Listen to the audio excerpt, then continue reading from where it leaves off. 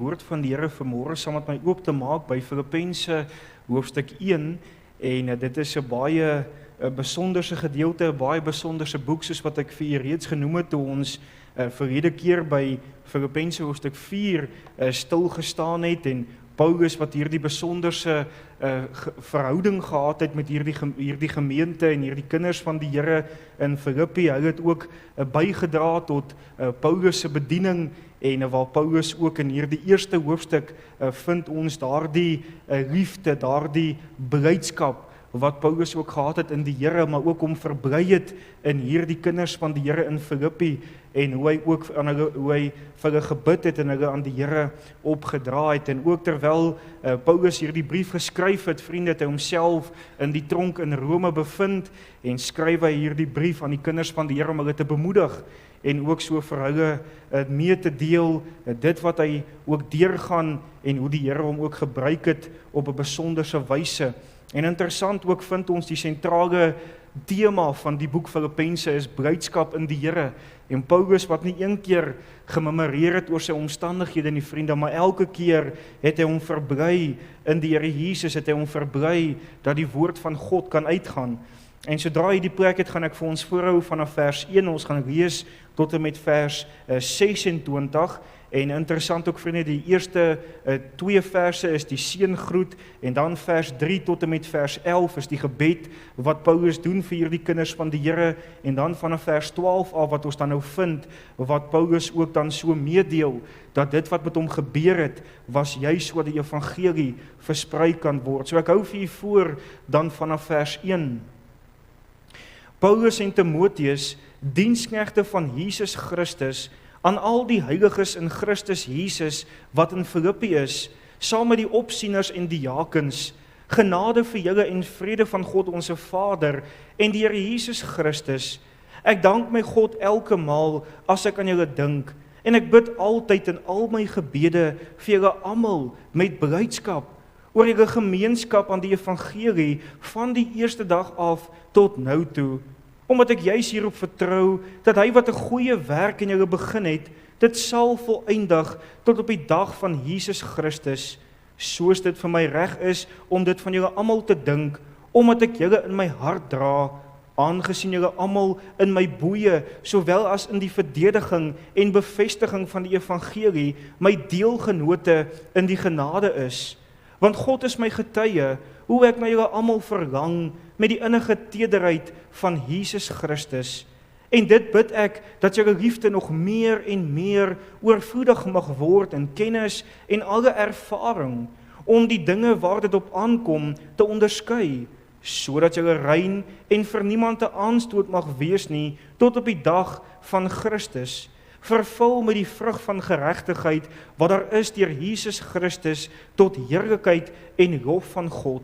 En ek wil hê dat julle moet weet, broeders, dat wat my wedervaar het, eerder op bevordering van die evangelie uitgeloop het, sodat my boeye openbaar geword het in Christus, onder die hele keiserlike leiwag, en by al die ander, en die meeste van die broeders, wat in die Here deur my boeye vertroue gekry het, te des te meer waag, om die woord onbevrees te spreek.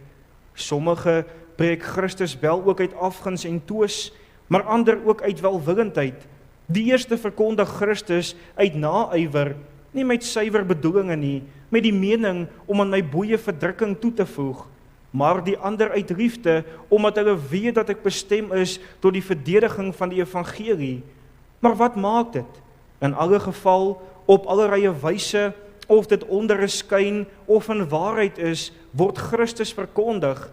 En hierin verbly ek my, en sal ek my ook verbly, want ek weet dat dit deur julle gebed en die ondersteuning van die Gees van Jesus Christus my tot heil sal strek.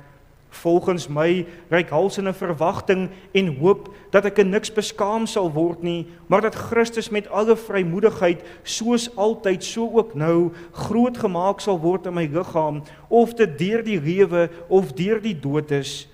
Want vir my is die lewe Christus en die sterwe wins.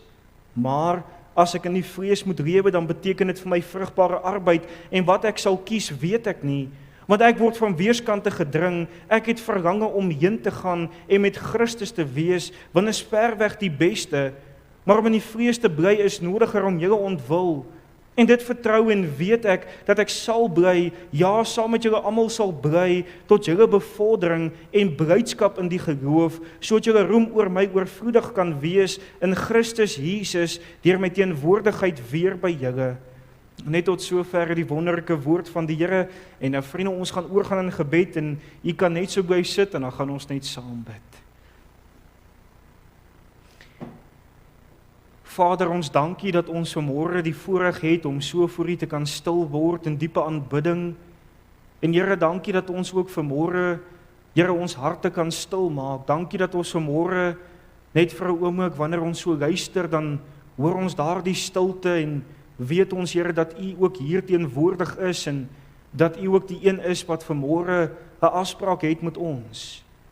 Baie dankie, Vader, dat ons ook U woord vanmôre het en dat ons U woord kan open en weet dat wanneer ons die woord open, dan is U aan die woord en is U die een wat met die gemeente wil spreek en is U die een wat vir ons 'n boodskap het waarop ons moet ag gee. En Here, terwyl ek so in die week ook besig was, Here, met voorbereiding en besig was in my stilte tyd, het daardie gedagte maar net weer by my opgekom, Here, hoeveel keer is ons nie soos daardie gemeente in Efese, waarvan ons lees in Openbaring 2, waaraan U verskyn het, en Here, terwyl U besig was om hierdie gemeente te ondersoek en in hulle harte te kyk, het U gevind dat hulle hul eerste liefde verlaat het. Ja, hulle was 'n gemeente wat besig was om te arbei. Ja, hulle was 'n gemeente gewees wat opgestaan het vir die waarheid, en ja, hulle was 'n gemeente gewees wat besig was om, Here, om die vervolging en verdrukking deur te gaan ter wille van U naam. Maar daar's een ding wat U raak gesien het, Here, en dit was dat hulle hul eerste liefde verlaat het. Dat hulle vervlou het. Dat hulle nie meer daardie brandendheid gehad het in hulle harte nie. Dat hulle nie meer naby U gelewe het nie. En Here, daardie gedagte my getref van hoe dikwels kan dit nie gebeur met ons nie. Hoe dikwels, Here, kan ons ook nie soos daardie gemeente raak, waar ons liefde vir U vervlou het, waar ons nie meer naby U lewe nie, waar die wêreldse dinge en al die ander dinge vir ons meer belangriker geraak het as die Here Jesus. En Here, as dit vanmôre so is in ons eie lewens, as dit vanmôre so is in hierdie gemeente, kom bid ek, Vader, dat U ook so ons sal help om terug te keer na U toe. Dat U ons ook so vanmôre sal help, Here, om weer naby U te lewe, om weer U ons eerste prioriteit te maak in ons lewens, om weer ook te doen, Here, dit wat U van ons vra. Here, want U verwag dat ons gehoorsaam moet wees aan U. U sê in U woord dat U het meer 'n behaag in gehoorsaamheid as in offers. En dat ons vanmôre, Here, daardie gehoorsaamheid in ons harte sal hê om te luister en te doen wat U van ons vra. Dat ons as U kinders, dat ons as U gemeente nie ons doel en ons roeping sal verloor in hierdie wêreld nie, maar Here, dat ons 'n lig sal wees wat skyn in 'n donker wêreld. Dat Christus Jesus ons sentrale punt sal wees. Dat Christus Jesus vanmôre ons alles sal wees, die rots waarop ons bou, die rots waarop ons staan. En Vader, kom bid ons ook vanmôre dat U ons sal help om te luister, dat U ons sal help om ag te gee, dat U ons sal help, Here, om ons eie harte te ondersoek in lig van U woord, en dat ons, wanneer ons hier uitstap, Here, daders van U woord sal word, en ook so sal doen dit wat U van ons verwag. Kom spreek ook nou, Here, tot elkeen van ons se harte. Kom staan ook nou, Here, by elke sitplek stil en kom praat met elke liewe persoon wat vanmôre hier is. En ons vra ook dat U verheerlik sal word in en deur dit alles. In Jesus naam bid ek dit. Amen.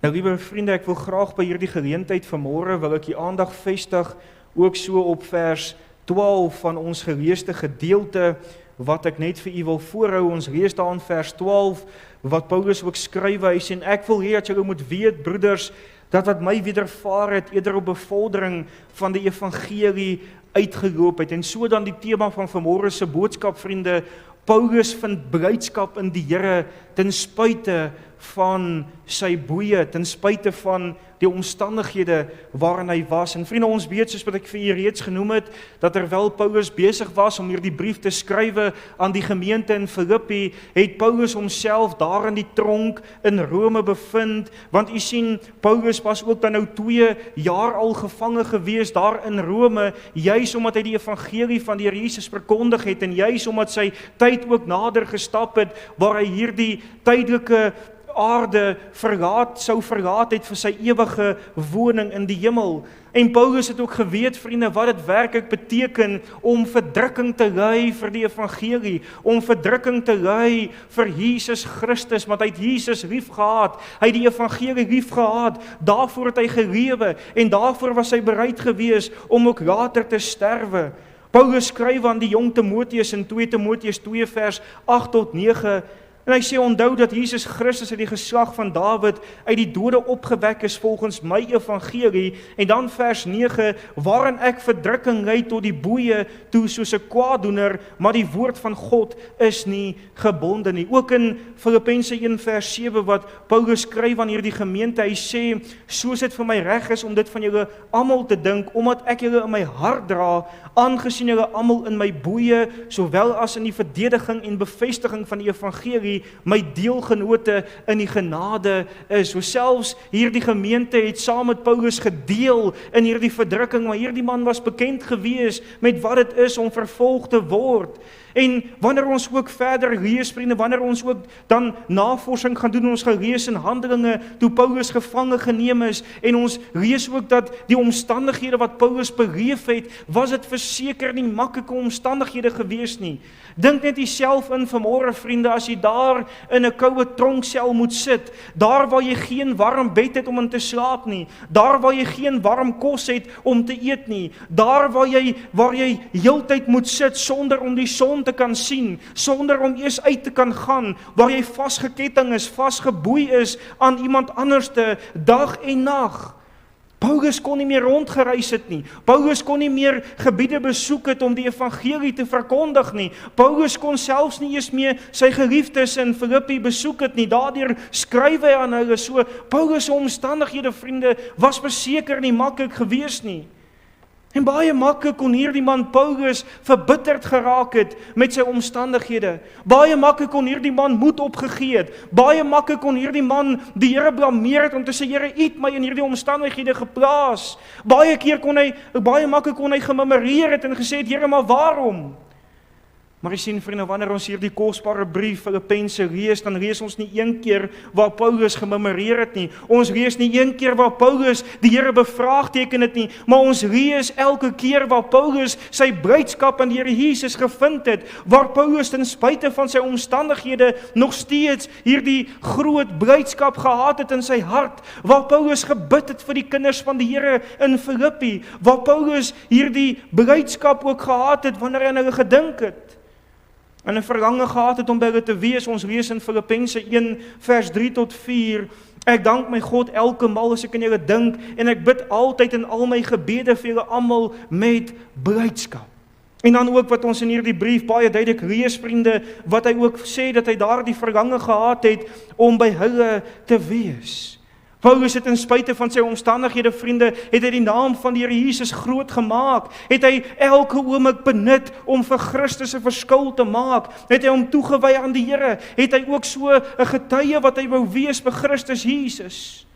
Filippense 4 vers 1, daarom my geliefde broeders, na wie ek ook verlang, my blydskap en kroon, staan so vas in die Here, geliefdes. Paulus se omstandighede, vriende, was nie gewees of sy fokus was nie op sy omstandighede gewees nie. Dit was nie gewees op wat hy nou in die tronk sit nie, nee, maar hy het eerder gefokus op die Here Jesus, en hy het gefokus op hoe kan Christus my nog steeds gebruik in my omstandighede? Hoe kan Christus nog steeds my help om na ander se belange om te sien? Hoe kan Christus my nog steeds help om ook 'n verskil te maak waar ek geplaas is? En Paulus het ook geweet, vriende, dat die Here Jesus met hom is in hierdie omstandighede. Daardeur het hy nie gevrees nie, hy het geweet dat die Here sal hom nie verlaat nie, maar die Here sal vir hom krag gee om hierdie goeie stryd te kan stry. Die Here sal hom help om ook die geloof te kan behou, om die evangelie te kan uitdra. Dis hoekom hy later skryf in Filippense 4 vers 13, en hy sê, ek is tot alles in staat deur Christus, wat my krag gee. Die konteks van hierdie gedeelte, vriende, lees die voorafgaande verse, en jy sal agterkom dat Paulus praat van, dat Christus kan my help in my omstandighede, sy genade is my genoeg. En dis hoekom Paulus hierdie gemeente kon bemoedig om te sê, maar hulle moet nie dit wat met Paulus gebeur daar in die tronk sien as iets negatiefs nie. Nee, maar hulle moet sien as iets positiefs. Hulle moet sien dit as 'n geleentheid wat God kan gebruik om 'n verskil te maak in ander mense se lewens deur Paulus se lewe. Dat Paulus ook so die gemeente kan bemoedig, dat Paulus ook so die evangelie kan verkondig, dat Paulus ook so die Here Jesus kan verheerlik. Kolossense 1 vers 24, nou verbly ek my in my lyding vir julle en vul in my vrees aan die oorblyfsel van die verdrukking van Christus vir sy liggaam wat die gemeente is. En net so, liewe broer en suster, kan ek en u vanmôre verseker by Paulus leer oor hoe ons behoort op te tree wanneer ons te doen kry met stryd, wanneer ons te doen kry, vriende, met moeilike omstandighede wat oor ons lewens kom. Want wat gebeur baie keer, vriende? Baie keer is ek en u geneig dat wanneer daardie storm kom, wanneer daardie toets kom, wanneer daardie stryd kom, dan is ons geneig om vas te kyk in hoe groot hierdie storm is in my lewe, in plaas van om vas te kyk in hoe groot die God is wat ek kan behoort, die God is aan wie ek kan bid. En baie keer laat ons toe dat ons omstandighede, vriende, ons blydskap in die Here Jesus steel en maak dit dat ek en u soms moedeloos voel, maak dit dat ek en u wil opgee, maar jy sien, ek en u moet leer om soos 'n Paulus te wees, vriende, om ten spyte van my omstandighede nog steeds my blydskap in die Here Jesus te kan vind, om my fokus te stel op hom, om te fokus op die Here Jesus en te weet hy sal my nie verlaat nie. Maar hy is soewerein, hy is in beheer van sake, hy is in beheer van my lewe, en hy sê in sy woord, ek sal jou nie begewe en jou verlaat nie, al is in jou donkerste uur sal ek met jou wees. Psalm 23 vers 4, al gaan ek in 'n dal van doodskaduwee, ek sal geen onheil vrees nie, want u is met my, u stok en die staaf, die vertroos my. Ons moet ook vanmôre onthou, vriende, baie keer dan stuur die Here hierdie beproewings en hierdie stryd oor ons pad om ons geloof in hom te versterk. Baie keer kom die Here en hy kom vorm ons in daardie omstandighede sodat ons meer afhanklik van hom moet wees, dat ons meer op ons knieë moet wees en die Here moet vertrou. Ons leer dit ook in psalms waar ons besig is in die aande, hoe die Here vir Dawid gebruik het, hoe die Here vir Dawid gevorm het in hierdie omstandighede, sy afhanklikheid wat hy van die Here alleen bely het. En Jakobus skryf in Jakobus 1 vers 2 tot 3, hy sê, ag dit loutere vreugde, my broeders, wanneer julle in allerlei versoekinge val, omdat julle weet dat die beproewing van julle geloof lydsaamheid bewerk. Dan vers 4, maar die lydsaamheid moet tot volle verwerking kom, sodat julle volmaak en sonder gebrek kan wees en in niks kort kom nie. Daardeur moet ek en u leer, vriende, om in hierdie omstandighede, om hierdie storms wat in ons lewens is, moet ek en u sien as 'n geleentheid om nader aan die Here te kan groei, as 'n geleentheid om te sê, Here, ek wil hê u moet my kom leer in hierdie tyd, ek wil hê u moet vir my hart kom wys, ek wil hê dat u my moet vorm, sodat ek elke dag naby u kan lewe, maar dat ek ook vir u kan uitstaan, dat ek vir u 'n verskil kan maak, ten spyte van my omstandighede. En vriende, as ons maar net kan kyk na 'n voorbeeld in die Bybel van 'n man wat die Here gebruik het, en hierdie man se omstandighede was nie maanskyn en rose gewees nie. En dan dat ons dink aan Josef.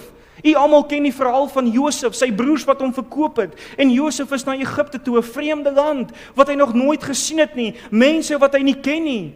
En daar het Josef beland in Potifar se vrou wat gekom het om ook so Josef te verlei, en Josef is daar in die tronk gegooi want hy was onskuldig, hy het opgestaan vir wat reg is.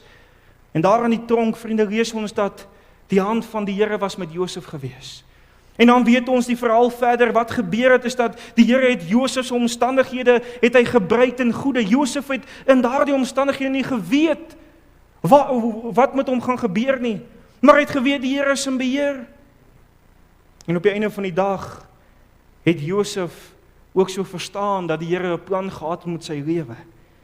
Toe Josef se broers na hom toe gekom het nadat hulle vader oorlede is en hulle bewend was en hulle bang was vir Josef, wat het Josef hulle geantwoord? Ek hou vir u voor Genesis 50 vers 20. Josef sê, want julle het wel kwaad teen my bedink, maar God het dit in goeie gedink om te doen soos dit vandag is, om 'n groot volk in die lewe te hou. Die Here het ten spyte van hierdie omstandighede van Josef, het hy dit omskep, waar hy sy volk gered het, waar Josef ook so vir die Here 'n getuie kon wees in hierdie vreemde land. Daardeur, vriende, moet ons vanmôre ook besef dat die Here kan my en jou gebruik in ons omstandighede. Maar ons moet na hom toe kom, ons moet hom vertrou, ons moet hom vashou. En ons gaan vanmôre leer by Paulus oor hoe kan ons ten spyte van ons omstandighede nog steeds ons verbly in die Here? Hoe kan ons ten spyte van ons omstandighede nog steeds by die Here 'n bruikbare instrument wees en dat ons vanmôre sal luister, dat ons vanmôre sal ag gee, dat ons vanmôre vir die Here sal vertrou, vriende, as hy iets in ons lewens uitwys waarin ons tekortskiet, wat ons hom nie in behaag nie, dat ons dit vanmôre sal neerlê om te sê, Here, help my om meer afhanklik van U te wees. Help my om geleenthede te sien en te gebruik om 'n verskil te maak en 'n getuie vir U te wees. Daar is 3 gedagtes wat ek met U gaan deel vanmôre, vriende. En die eerste gedagte wat ons vind in hierdie gedeelte, hoe Paulus ook sy omstandighede gebruik het om ook dan die evangelie te verkondig, is dat Paulus se boeye kon ook die geleentheid vir hom skep om ander te bereik met die evangelie. Filippense 1 vers 12, en ek wil hê julle moet weet, broeders, dat wat my wedervaar het, ieder op bevordering van die evangelie uitgeloop het. Vers 13, sodat my boeye openbaar geword het in Christus onder die hele keizerlike leiwag en by al die ander. En wat vir my so besonders is, vriende, van hierdie man Paulus, is dat Paulus het nie toegelaat dat sy omstandighede hom onderkry nie. Paulus het nie toegelaat dat sy omstandighede hom verhinder om ander van Jesus te vertel nie. En die Here het dit so bewerk, dat daar in hierdie tronk waar Paulus was, dat daar verskillende wagte was, wat oor Paulus moes waak, dat daar verskillende wagte was, wat beurte gemaak het om Paulus op te pas, en elke keer dan was Paulus in 'n ander wag vasgeketting. En ek dink myself en vriende dat Paulus moes breed gesmaak het, verskoon die Engels. Hy moes so geglimlag het om te weet, maar hier het ek 'n geleentheid. Hierdie man wat nou hier gaan wees, ek gaan nou met hom die evangelie deel, en hierdie man kan nie weg nie, want hy moet wag tot daardie man kom, dan tot sy skof verby is, dan kan hy weer aangaan. So elke keer het Paulus 'n nuwe persoon gekry met wie hy oor die Here Jesus kon praat. En hierdie boeye van Paulus het hom verbind met verlore siele, met siele wat op pad is na ewige verdoemenis, met siele wat nodig het om van Jesus Christus te hoor, en Paulus kry die geleentheid om die evangelie in die tronk te verkondig. Het laat my ook dink, vriende, aan 'n getuienis wat ek gehoor het van 'n tandarts, en hierdie tandarts het die Here geken, hy het vir hom gelewe, en iemand het hom eendag gevra, maar dit moet seker verskriklik wees om 'n tandarts te wees. En hierdie man antwoord en hy sê, nee, dit is vir my een van die grootste geleenthede wat ek het om ander van die Here Jesus te vertel. En die man vra hom, waarom? Wat doen jy? En hy sê vir hom, nee, dis redelik maklik, as hy hier kom sit en ek werk aan sy mond, dan kan hy niks anders te doen as om te luister nie. En dit was vir my so kosbaar gewees, vriende, want toe besef ek dat so het hy daar die geleentheid om die evangelie te verkondig, en daar die persoon hoor, hy moet luister, en hy weet ook as hy nou iets verkeerd gaan doen, gaan hy iets met sy tande gebeur. Maar jy sien, die punt van die saak is, dit wat Paulus ook gedoen het. Paulus het getrou gebly aan die evangelie van die Here Jesus. Paulus het hom nie laat stil maak deur die mense wat hom daar in die gevangenis gegooi het nie, maar hy het dit om vrymoedigheid gegee, om nog steeds te volhard, om nog steeds mense van Jesus te vertel. En die Here het op 'n besonderse wyse gewerk, daar het siele tot bekering gekom, nog steeds in hierdie tyd terwyl Paulus in die tronk was. En vriende, ons lees ook in 'n vroeër gebeurtenis in Handelinge 16, toe Paulus en Silas ook dan op sendingreis was, en u ken daardie gebeurtenis wat gebeur het. Paulus en Silas word in die tronk gegooi, en wat gebeur in die tronk? Ek lees vir u Handelinge 16 vers 25, en omtrent middernag het Paulus en Silas gebid en lofliedere tot eer van God gesing, en die gevangenes het na hulle geluister. So dis wat hulle gedoen het, terwyl hulle daar in die tronk is, het hulle nie gemou nie, nee, hulle het God geloof, hulle het gebid, en die ander het geluister na hulle. En dan lees ons verder van 'n man, 'n tronkbewaarder wat tot bekering gekom het. Die Here skep 'n geleentheid, Handelinge 16 vers 30 tot 32. Ek hou vir u voor, en hy het hulle na buite gebring en gesê, meneere, wat moet ek doen om gered te word? Toe sê hulle, glo in die Here Jesus Christus en jy sal gered word, jy en jou huisgesin. En hulle het aan hom die woord van die Here verkondig en aan almal wat in sy huis was. En hier dieselfde tronkbewaarder, vriende, wat die Here gevind het later by hierdie gemeente in Filippi aangesluit en 'n belangrike rol gespeel saam met hierdie gemeente. En dit is hoe God gewerk het, omdat hierdie man Paulus bereid was om te luister en 'n verskil te maak. En net so, liewe vriende, moet ek en u ook vanmôre nie toelaat dat die struikelblokke wat oor ons pad kom ons verhoed om vir die Here Jesus te getuig nie. Net so moet ons nie toelaat dat ons omstandighede ons keer om ook dan te gaan en geleenthede te soek en met ander te praat oor die Here Jesus nie. Ons moet vanmôre daarteen waak, vriende, dat ons omstandighede ons lig verdof, dat ons omstandighede ons lig verduister, sodat ons nie kan skyn vir die verlore gaande wêreld daar buite nie. Want baie keer is ons geneig om te dink, nou dat hierdie met my gebeur het, of nou dat hierdie oor my pad gekom het, hoe kan ek nou nog vir die Here getuie wees? Hoe kan ek nou nog vir die Here uitstaan? Maar dis juist dan, vriende, wat ek en u 'n kragtige getuie kan wees in die hand van God. En dit mag ook wees, vriende, omstandighede wat ek vir u wil noem. Ek het 'n voorbeeld hier wat ek vir u wil noem, is wanneer ons in die hospitaal beland. Baie keer gebeur dit dat jy in die hospitaal ewe skielik opgeneem moet word, en dan dink jy by jouself, nou is ek in die hospitaal, wat gaan ek nou doen? Maar dis juist daar in die hospitaal wat jy 'n geleentheid het om met daardie mense in die saal, om 'n verskil in hulle lewens te maak, om met daardie personeel wat jou elke dag bedien, om met hulle te praat en vir hulle te bid en vir ander te bid en te sê, maar kan ek vir jou bid? En want ek weet iemand wat jou kan help en sy naam is Jesus Christus. Daar's geen beter plek as 'n hospitaal nie, vriende. 'n plek waar soveel mense is wat siek is, fisies en geestelik, wat Jesus nodig het. Met hulle kan ek praat, met hulle kan ek die evangelie deel. Het maak nie saak wat ons omstandighede mag wees vanmôre nie. Dit mag dalk wees ook, vriende, dat, en dit is 'n klein omstandighede wat ek wil noem, baie keer gebeur dit, dat ons bank toe moet gaan op 'n maandagooggend, en dan daar staan die ry so lank, en ek dink vir myself, die week het nou skaars begin, en ek moet in hierdie ry staan. Wel, vriende, dis 'n geleentheid om die evangelie te deel.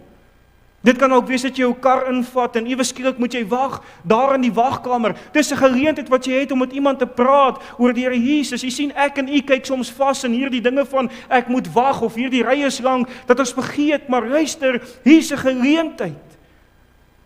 En wanneer ek en u gewillig is, vriende, wanneer ek en u bereid is, dan sal ons soms verbaas wees hoe die Here deur ons werk en wat die Here deur ons omstandighede kan doen.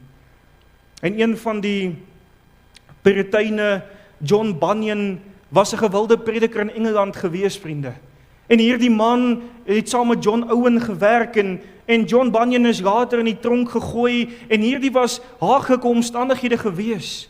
Maar jy sien, hierdie man het nie gekeer dat die tronk hom weerhou om ander van Jesus te vertel nie. Hierdie man het ook later die boek geskryf, The Pilgrim's Progress, en jy kan gerus hierdie audioboek op YouTube gaan luister, vriende. Hierdie boek het so groot impak gehad op kinders van die Here in Engeland en reg oor die wêreld, en selfs vandag nog mense wat hierdie boek lees, mense wat hierdie boek luister, waar hy vertel van hoe Christus hom kom red het, en hoe hy hierdie pad saam met Christus stap, en soveel mense het daardeur ook tot bekering gekom.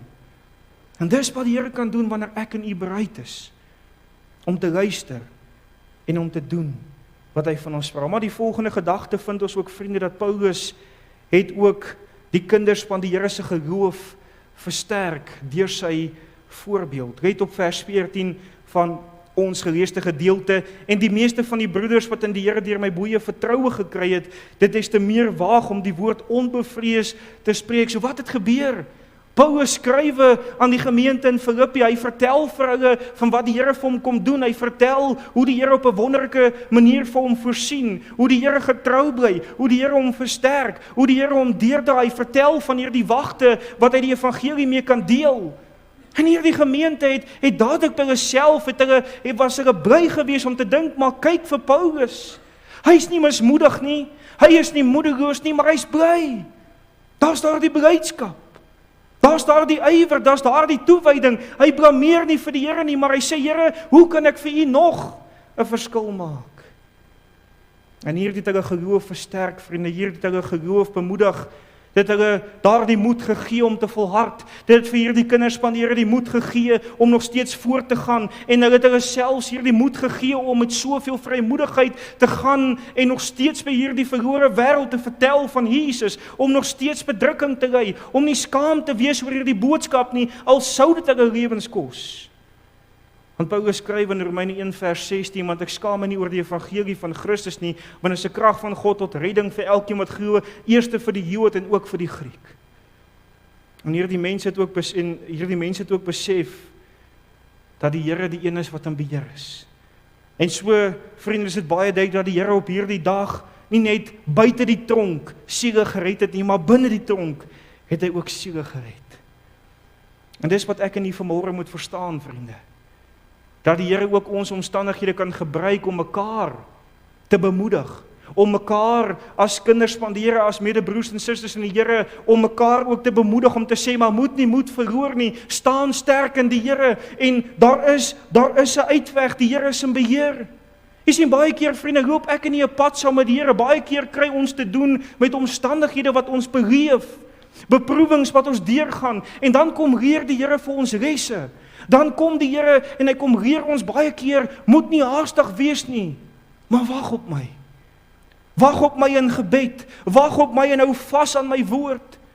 Ander kere leer die Here ons om waaksaam te wees, om nie te twyfel nie, maar om vas te staan, om die Here te vertrou vir sy tyd, te vertrou dat die Here sal nooit teleurstel nie. Ander kere leer die Here ons, vriende, dat ons kan in hom rus, want hy is in beheer, hy sal vir ons stry, hy sal die uitkoms gee. En so kan ons weer hierdie lesse wat ons leer, kan ons met ander deel, kan ons ander bemoedig om te sê, my broer, my suster, ek kan saam met jou hierdie pad stap, hierdie is wat jy moet doen, hou vas aan die Here, weet hy sal jou nie teleurstel nie, weet hy sal jou nie begewe of jou verlaat nie. En baie keer verstaan ek en u nie altyd waarom dinge met ons gebeur nie, vriende, maar later, dan verstaan ons, maar dis hoekom het gebeur het. Want die Here wil my 'n les kom leer, die Here wil vir my iets kom wys het, die Here wil my kom leer het, dat hy die getroue God is, dat hy die groote God is, sodat ander deur my lewe hierdie groote God kan leer ken, en dat ek hom kan verheerlik in en deur my lewe. Daardeur, vriende, wil jy nie vanmôre ook, wanneer jy weet van 'n broer en 'n suster, wat ook deur 'n moeilike tyd gaan, om saam met hulle te bid, saam met hulle te staan, en saam met hulle hierdie pad te stap. Maar die laaste gedagte wat ons vind, vriende, wat Paulus ook vir ons kom leer in hierdie gedeelte, is dat Paulus het te midde van sy omstandighede, het hy Christus Jesus verheerlik deur sy lewe. Let op vers 20 volgens my reikhalsende verwagting en hoop, dat ek in niks beskaam sal word nie, maar dat Christus met alle vrymoedigheid soos altyd, so ook nou groot gemaak sal word in my liggaam, of dit deur die lewe of deur die dood is. En een aspek wat vir my baie dik uitgestaan het, vriende, van Paulus, is dat hierdie man homself algeheel oorgegee het aan die Here Jesus. Nog voordat hy daar in die tronk beland het, het Paulus getuig dat hy homself geheel en al oorgegee het, dat hy bereid was om hierdie pad te stap, dat hy bereid was om te sterwe vir die Here Jesus. Ek hou vir u voor Handelinge 20 vers 24, maar ek bekommer my glad nie, en ek ag ook my lewe vir myself nie dierbaar nie, sodat ek met blydskap my loopbaan kan volbring, en die bediening wat ek van die Here Jesus ontvang het, om kragtig te getuig vir die evangelie van die genade van God. Handelinge 21 vers 13, maar Paulus het geantwoord, wat doen julle dat julle ween in my hart week maak, want ek is bereid nie alleen om gebind te word nie, maar ook om in Jerusalem te sterwe vir die naam van die Here Jesus. Christus was hierdie man se lewe gewees, vriende. Hy skryf ook in Filippense 1 vers 21, want vir my is die lewe Christus en die sterwe wins. Jy sien, vir Paulus het dit nie saak gemaak oor sy belange nie, dit het nie vir Paulus saak gemaak oor sy gemak nie, maar oor Christus alleen. Sy begeerte was om Christus te verheerlik, om te doen wat Christus hom stuur om daar te gaan. Selfs al sou dit gekos het, hy moes sterwe, dat hy in die tronk moes beland, sou hy dit gedoen het, want hy het besef dat Christus het sy alles vir my gegee, Christus het my gekoop met 'n duur prys, en die minste wat ek kan doen is om my alles vir hom te gee, en niks terug te hou nie. En so kon hierdie wagte, vriende, in die gevangenis bewus raak van die Here Jesus, deur Paulus se lewe. Hulle kon deur Paulus se toewyding sien dat die Here Jesus die lewende verlosser is, wat 'n verlore sondaar kan nuut maak. En dit is belangrik dat ek en u ook vanmôre as kind van die Here by hierdie punt sal uitkom, vriende, waar ek en u ook algeheel oorgee aan die Here Jesus. Ons lees in Galasiërs 2 vers 20, ek hou vir u voor, ek is met Christus gekruisig, en ek leef nie meer nie, maar Christus leef in my, en wat ek nou in die vlees lewe, leef ek deur die geloof in die Seun van God, wat my lief gehad het, en homself vir my oorgegee het. Ons moet op hierdie punt kom, vriende, waar dit nie meer gaan oor die eie ek nie, waar dit nie meer gaan oor my belange nie, waar dit nie meer gaan oor wat vir my belangrik is nie, maar dit gaan oor wat vir Christus Jesus belangrik is, en dit is dat ek vir hom moet lewe, dat ek vir hom my alles moet gee, alles op die altaar, algeheel oorgegee, en wanneer ek by hierdie plek kom, vriende, wanneer Christus my alles is, dan sal ek na sy wil soek in my lewe. Alles sal nie om my draai nie, maar alles sal om Christus draai. Ek sal sy wil volg in my lewe. En dit vind ons by die Here Jesus. Hy stel vir ons hierdie voorbeeld. Toe hy op aarde was, wat het hy gedoen? Hy het gedurig na die wil van die Vader gesoek. In die tuin van Getsemane, toe Jesus hierdie geweldige beker moes drink, het hy gesê, Vader, nogtans nie my wil nie, maar u wil. Markus 14 vers 36, hy sê, Abba Vader, alle dinge is vir u moontlik, neem hierdie beker van my weg, nogtans nie wat ek wil nie, maar wat u wil. En baie keer, vriende, wanneer die eie ek nog op die voorgrond is ek nie geneig om te vra, Here, maar waarom het u hierdie oor my pad toegelaat? Waarom het hierdie nou gebeur, Here? Maar wanneer ek in die algeheel oorgegee soos Paulus, vriende, dan vind ons blydskap in die Here, dan rus ons in die feit dat hy is in beheer, hy weet wat hy doen, al wat ek moet doen is om in hom te rus, al wat ek moet doen is om in sy voetspore te wandel en te bid soos daardie lied, doen slegs u wil, Heer, u wil met my, ja, baie keer is dit seer, vriende, maar dat ons die Here sal vertrou, dat ons hom sal verheerlik, hom sal aanbid, en dat ons ook ander van hierdie grote God sal vertel. Ek sluit af. Ons het vanmôre gekyk, vriende, na hoe Paulus ten spyte van sy boeie, sy blydskap in die Here gevind het. Hoe Paulus sy geleentheid, sy omstandighede gesien het as 'n geleentheid om die evangelie te verkondig. Om ander se geloof te versterk en om die Here Jesus te verheerlik. Die vraag is vanmôre, liewe vriende, gebruik u die geleenthede wat die Here daar stel om ander van die Here te vertel? Lewe u nog vanmôre naby die Here? Lewe u nog vanmôre met daardie gesindheid van Here, doen slegs u wil en u wil met my? Of is daar nog vanmôre die eie ek wat voel ek word te nagekom? Ek verstaan nie waarom gebeur hierdie met my nie. Of rus u vanmôre in die Here? Mag die Here u genade gee. Amen. Kom ons bid saam. Vader, dankie dat ons vanmôre na hierdie boodskap kon gekyk het, en Here, kom help ons om ons soos Paulus in u te verbly ten spyte van ons omstandighede. Here, kom help ons om daardie geleenthede wat u vir ons gee om 'n getuie te wees vir ander, dat ons dit in volle sal benut. En ek kom bid vir hierdie week, Here, ek kom bid dat waar ons in hierdie week te doen gaan kry met verskillende mense, dat ons u woord sal uitdra. Dat ons hierdie waterbottels, Here, sal neem en dit vir ander sal gee. En Here, dat ons ook daardie begeerte, daardie verlange sal hê, dat hulle by u sal uitkom. Dankie dat ons ook die res van die dag aan u kan kom opdra, en ons vra dat u saam met ons sal gaan en dat u met ons sal wees. In Jesus naam bid ek dit. Amen. Nou vriende, ons